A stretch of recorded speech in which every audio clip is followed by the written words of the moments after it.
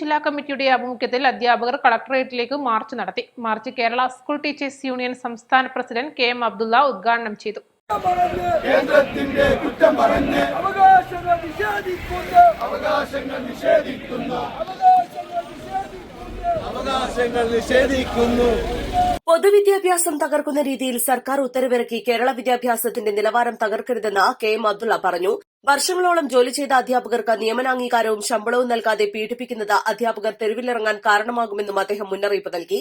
ജില്ലാ president N P Muhammad Ali അധ്യക്ഷത വഹിച്ചു. ഭിന്നശേഷി നിയമനത്തിന്റെ പേര് നിയമാംഗീകാരം തടസ്സപ്പെടുത്താതിരിക്കുക, നോഷണൽ കാലയളവിലെ ആനുകൂല്യങ്ങൾ അനുവദിക്കുക, അധ്യാപകരെ ദിവസക്കൂലിക്കാരാക്കുന്നത് അവസാനിപ്പിക്കുക, NPS പിൻവലിക്കുക, DA കുടിശ്ശിക അനുവദിക്കുക, ശമ്പള കുടിശ്ശിക അനുവദിക്കുക, കായിക സ്പെഷ്യലിസ്റ്റ് അധ്യാപക പ്രശ്നം പരിഹരിക്കുക, സ്പെഷ്യൽ സ്കൂൾ പ്രശ്നം പരിഹരിക്കുക, ശമ്പള കമ്മീഷനെ നിയമിക്കുക, UID പ്രശ്നം പരിഹരിക്കുക, ഭാഷാധ്യാപക പ്രശ്നങ്ങൾ പരിഹരിക്കുക, സ്കൂൾ ഉച്ചഭക്ഷണ പദ്ധതിയിലെ നിലവിലുള്ള പ്രശ്നം പരിഹരിക്കുക, പുതിയ പ്രധാനാധ്യാപകർക്ക് അംഗീകാരം നൽകുക, സർവീസിലുള്ളവരെ കേട്ടറ്റ് പരീക്ഷയിൽ നിന്ന് ഒഴിവാക്കുക തുടങ്ങിയ ആവശ്യങ്ങൾ ഉന്നയിച്ചാണ് മാർച്ചും ധർണയും നടത്തിയത്.